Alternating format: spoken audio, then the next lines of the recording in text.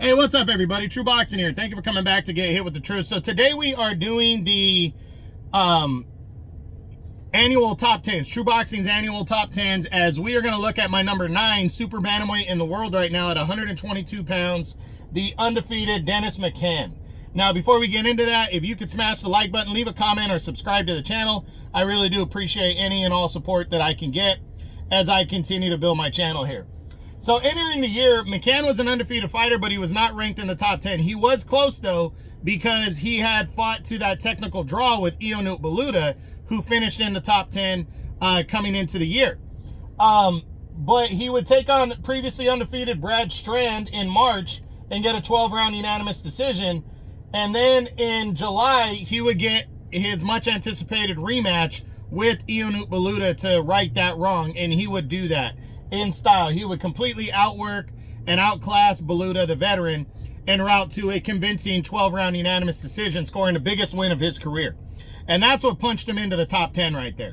Overall, he's 16-0-1 with 8 knockouts, and he's only 23 years old. So a good young fighter right here in Dennis McCann. Now, his rankings, since they updated all the rankings, his highest ranking right now is number 3 in the WBO. He's the WBO's number 3 contender. After that, his next highest is in the WBC, where he's number 8 right now.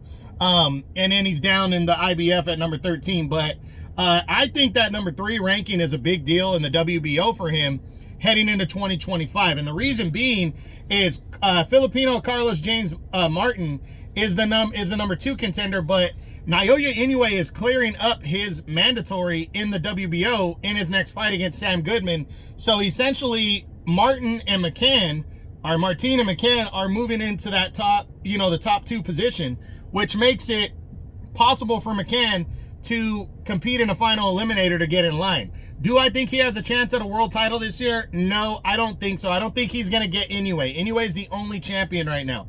But I do think he's in the driver's seat to put himself in position for a title shot at the end of the year or early 2026. And he's young, so he's got time. So I think he needs to stay busy, but he needs to try to get a final eliminator going, potentially against Martin, the number 2 contender, and try to lock down that WBO's mandatory shot, and then play the waiting game for Inoue. But Inoue, as I said before, Inoue, I think this is going to be his last year at 122, It's going to be his 3rd year here.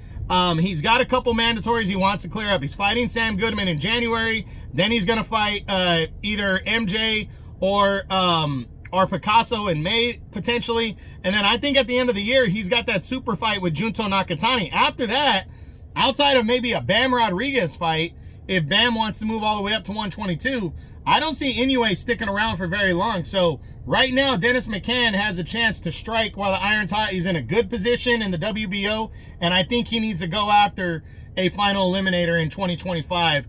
So we'll see what happens. But that's it. That's my number 9 super bantamweight in the world right now at 122 pounds. As this is the undefeated contender, Dennis McCann, as this is True Boxing's annual top 10s ending 2024 heading into 2025.